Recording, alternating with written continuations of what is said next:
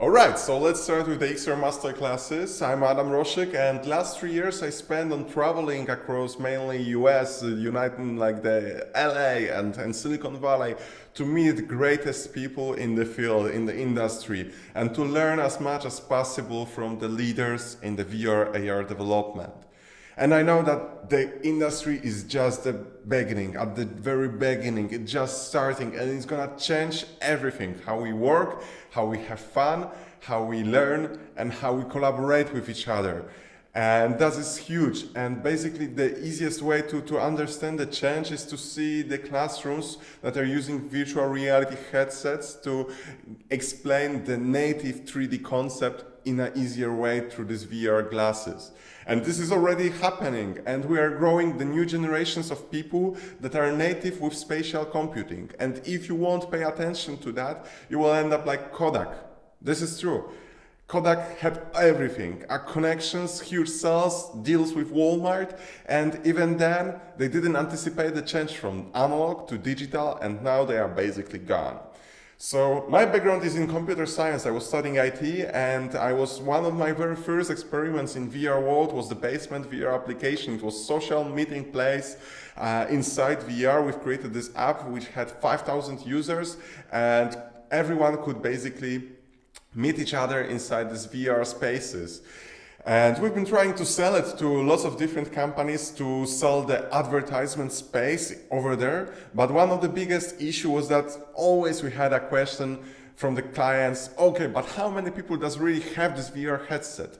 Not that much. So we decided to pivot a little bit and to create a version that allows you to build the applications in a way of virtual reality experiences, like you are using virtual reality to actually create augmented reality experiences. So it was an application called Cloud Stories, and it was basically a what you see is what you get editor to design AR application. It was great, but then we hit again a wall that the graphic design, that the companies which we've been speaking to, marketing agencies and other, didn't really have a 3D designers onboarded. So that was a huge issue for them. So immersive media, AR, VR, mixed reality. One of the best examples is of the augmented reality is the IKEA application places. So basically, it allows you to see the virtual furniture inside your own living room, to try out how it looks like, whether it fits or not to your space, to your other home decor things. And this is amazing use and very simple one of how AR can be implemented in a very clever way where you can really avoid situations like that. So what is also great about augmented reality is that currently it allows you not only to detect the flat surfaces, but also whole meshes, whole maps of the surrounding in full 3D. And this is really big deal because of that, you can actually map virtual content, the layers of virtual content, to match one-to-one what is real, and this is big. And the AR can be used in tons of different ways. This is an example from the storytelling, so you can create with very little effort and very little assets a whole story which is taking place in your own real world, but it includes the virtual characters. So it's amazing way how you can really engage your audience in a new way. And the virtual reality, this is especially important because right now we are just expecting to get the Oculus Quest device, which is the very first untethered device that you can use without any computer. It has the position tracking, so you can move around the whole room or even tennis playgrounds, tennis court, and it understands your position, your rotation. You can use multiple different headsets in the same place, so people can actually see each other as a virtual avatars, and it costs only $300, so it's super cheap. And that's gonna change how we are using those devices across the fairs, across the exhibitions, and I feel like it's going to draw way more people into the VR space.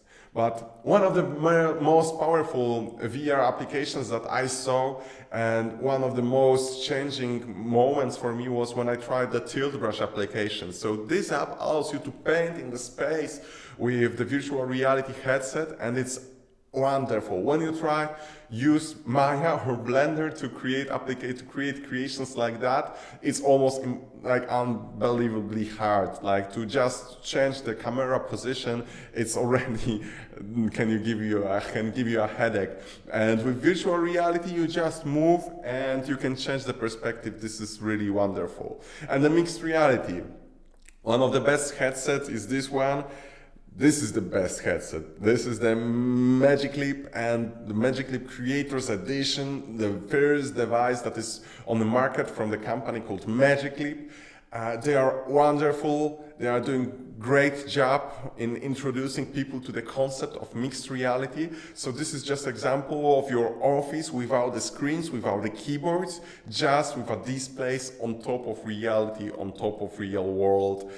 This is amazing. In this office, in my office, I have, I'm wearing that because I use it very often. I have like a Gmail account floating over here, YouTube music playing in the background in a separate window. When I will walk a little bit further, I have a Trello board. I can conduct meetings with people like on Skype with those glasses. I'm basically trying to get rid of the screens and keyboards and my computers in my office and just use Magic Leap to do that. So this is Angry Birds from Rovio and the Resolution Games Studio. They are really great. They are making wonderful job when it comes to creating this new ways of interactions. The funny thing, interesting thing is they actually use the virtual reality headsets with the virtual environments even before they had Magic Leap to test it. So they created a prototype of this application in a VR, and now they are deploying that for Magic Leap. So this is huge. And one of the best things about XR is communities, our communities. So all around the world, there are tons of talented people in Berlin, in Hamburg, in Los Angeles, in San Francisco. There are huge communities, groups of people and meetups where VR communities working together on a huge, great ideas, and those communities are super engaged into what they are doing. Everyone who's working on a VR, AR is doing that more than a full time. It's really like a lifestyle almost. Market overview. What is super important is this slide from AWE that is showing that everyone, when it comes to tech giants, is in. So Microsoft, Google, and Facebook are working on a VR, AR headsets, and they are releasing new devices quite often. So this is important that Apple also haven't entered the market, and once they will, it's going to be it's going to be a big bang. And as Robert Scoble is saying, and they will release a device that is more like that than that, and that's going to be super sexy, super useful, and they're going to be there late in the game. People are saying 2021, and that's going to be a revolution. I would like to focus on storytelling, advertisement, and entertainment, and I need to start with Noni de la Peña. She's the best. When it comes to storytelling in virtual reality, she's the grandmother of VR. What she's doing is this is one of the very first examples that she created with virtual reality storytelling when the headsets cost more than 15,000 euros. She sent us a group of students to record happenings in front of the place where they have been giving out the food for free to homeless people. And the one guy was having a diabetes attack, he fainted, and they recorded everything and recreated everything inside the VR headset. It was extremely powerful. And this is the example of how she used later on this empathy machine to show the situation in Syria. Take a look on that.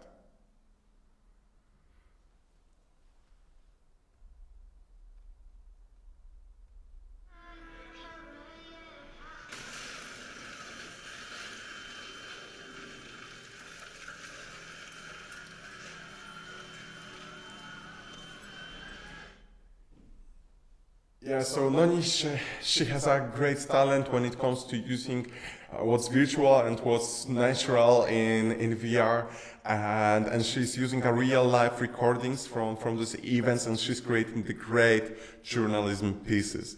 And she won a lot of prizes like on awards on the Tribeca Film Festival and the Sundance Film Festival, and this is really powerful way of storytelling. And the funny backstory about Noni team was that they, in order to scale their experiences and to let more people be engaged in watching those experiences, was that they needed to bring the price of those devices way more down. And the interesting thing is that they actually had a very talented guy hacker inside their team, which was he was creating a lot of these experiments with his own hardware, with his own displays. And this guy is actually a Palmer Luckey. You may of course know him. Facebook bought the Oculus Rift company for $2 billion. And yeah, Noni is doing very simple graphic style applications, but there is tons of new possibilities how VR can be improved, how those experiences can be improved with real life like graphics. Like for example, the Realities.io are doing great 3D scans of the real life environment, and they are bringing them into VR AR experiences. So this is one of the examples from the Germany. They are 3D scanning the whole mine factory, mine site, and yeah, this is a really interesting work. And very realistically, you can also present, for example, the products that you want to sell. So this is example from the Shopify, where they are showing how you can customize and use the standing desk. And you can explore it in virtual reality, but it's also possible to use it just on your mobile in augmented reality. And what is one of the great things about the augmented reality is that Facebook is pushing it very hard, very strongly recently. And for example, if you will create an AR filter, you can then use it as a part of your marketing strategy, as a part of your marketing campaign. So you can say that everyone in Berlin this weekend will see this AR filter when he's doing a photo through the Facebook platform. I think this is super important in terms of the reach. Also, you can think that VR, AR, and 3D content is not super exclusive, like everyone can experience it somehow. So this is an example of 3D based web models that are visible in the form of 3D banners, and they are driving way more attention and clicks than regular two-dimensional banners. The Guardian is doing wonderful job in VR storytelling. They are still continuing those works. This is one of the examples where they actually show the first impressions of a child, where you can see the progress of the vision of this child, and they use a 360 in a wonderful way to put you into a perspective of a hero of this story. This is another example from The Guardian, where they are actually showing you how you can experience, the loneliness inside the jail cell. And they are using a great way they are just using VR in a great way to show how to use the space as a part of the story. And this is another example of the journalism in VR created by New York Times. So in this example, they are extending the regular campaigns just in a form of this VR situations, which puts you into the moment where fans are super excited about the winning of the game. And this is a very unique way to really show the atmosphere of the situation, and only VR can do that. New York Times, from the other hand, is investing heavily into the augmented reality experiences. So they are creating these AR apps that are parts of their native application with the articles. And once we are scrolling through the article, you can actually show up the augmented reality mode, and then you see the camera feed and the augmented reality objects in the space. So this is the very first example that they've created. It was just a proof of concept. They went to a museum and they showed a scanned exhibition and they show it in 3D. One of the very first learnings from these experiments was that the augmented reality is a really great tool when you really want to show the scale of the objects. So in this example, you can see a border wall in the border of Mexico and US, and it really gives you a sense of how big this thing is and how isolating it can be, and people can feel standing close to it. So this is really big and interesting way how you can utilize augmented reality. They've been doing lots of wonderful experiments like this. For example, Winter Olympics, they 3D scanned lots of athletes doing performances, and now you can actually walk around them and see the story from multiple different perspectives. And yeah, I really love this example. One of the most important thing about that is how they decided what kind of choices they made in terms of UX. So they knew that AR is already making the experience quite complicated, so they get rid of any interactions where you need to tap on anything or scroll or pinch or whatever, and they are just displaying every step of the narration of the story, triggering it just through your movements. So once you move around the objects, different parts of the story are being shown, and you can experience it in a very natural way. Also, what I love about their approach is that they know that the AR application is just a bridge into the world of spatial computing, a mixed reality without mobile, just on the glasses. So this is also why they decided to use this kind of UX where you don't need to tap on anything because you cannot really tap in mixed reality. So this is example of the advertisement they've created, the advertisement of the exhibition in a nearby museum where they had the exhibition of the Bowie costumes. They 3D scanned them, they've been using 3 different methods for the scanning, and they are showing this in augmented reality. This is really powerful thing. And one of my favorite pieces when it comes to AR journalism is this exhibition, this article about the homelessness, where the journalists actually went inside the camp of the homeless people, and they 3D scanned it outside, and now you can experience how it is to carry your own stuff always with you in a public places. This is really touching, this is really powerful. And this is example on how this mixed reality applications articles can look like in the Magic Leap Helio browser. I think this is super powerful as well, and this is at the end of the day, this is the new way of consuming media stories, and that's super powerful. And just imagine how many new opportunities it creates when it comes to watching football games or any other games in a volumetric way. It is super interesting to see that. When it comes to the tools, you need to use some kind of tool to build those experiences. So one of the most popular is Unity. Then you have a lot of ways to create those AR filters from a Snapchat or from Facebook Messenger platform. And even Microsoft is right now doing really interesting, I shouldn't say that. They are doing great work in terms of prototyping, rapid prototyping in virtual reality. You can actually create in just a couple of minutes very robust prototypes of the application for selecting and buying the shoes in VR, AR. You can later on save it and use it in Unity or Unreal, and you can really quickly get from just a concept to prototype and then to distribution ready to production application. This is super powerful tool. What you see in virtual reality is then what you get in VR or AR. This is extremely interesting.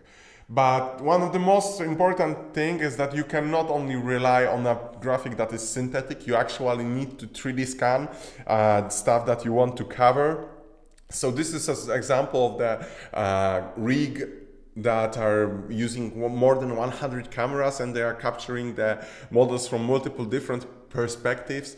and they are creating these 3D models in a huge scale. This is an example from LA where Intel created this circus scale rig with hundreds of cameras, and they are capable of recording multiple different people and horses even in the real time.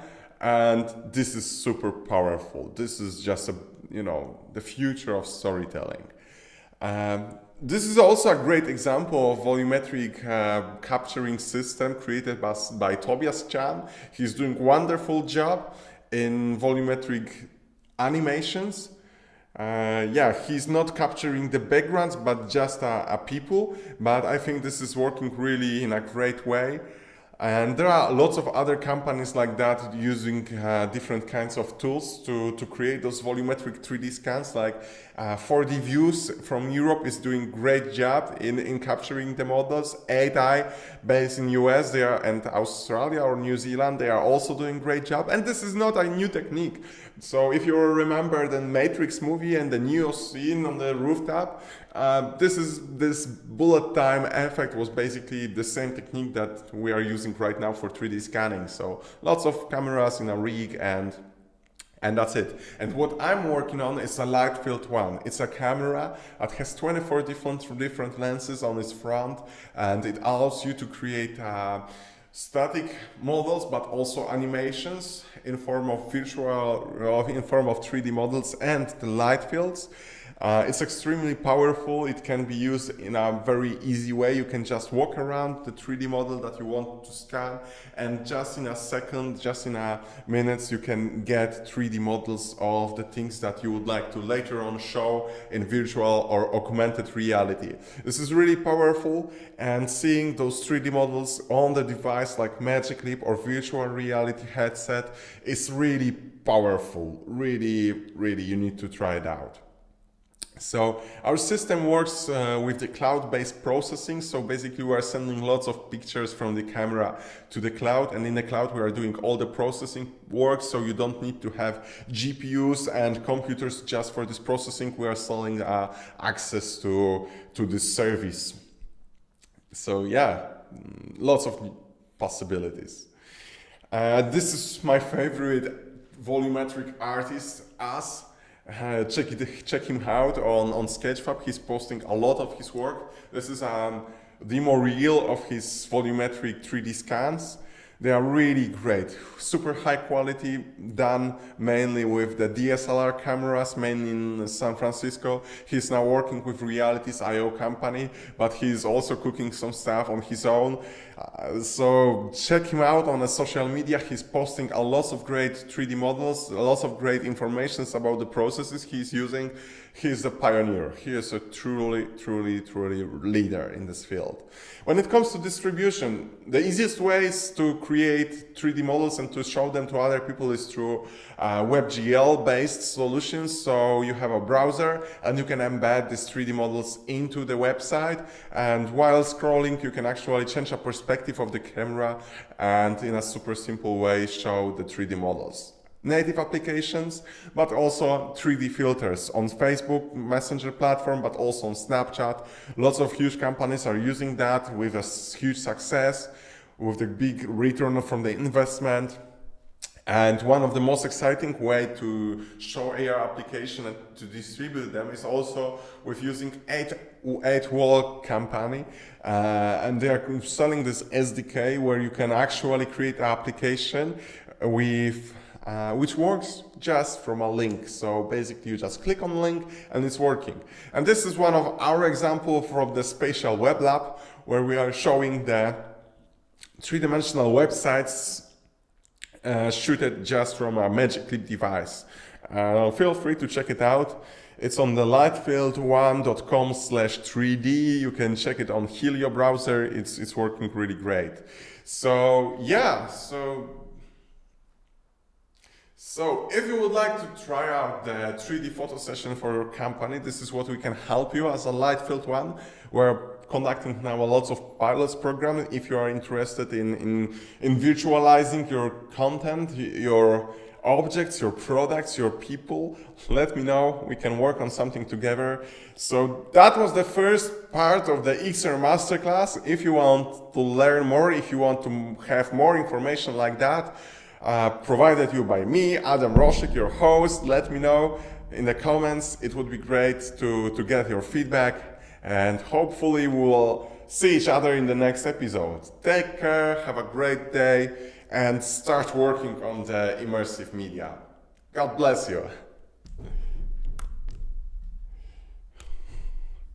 This is great.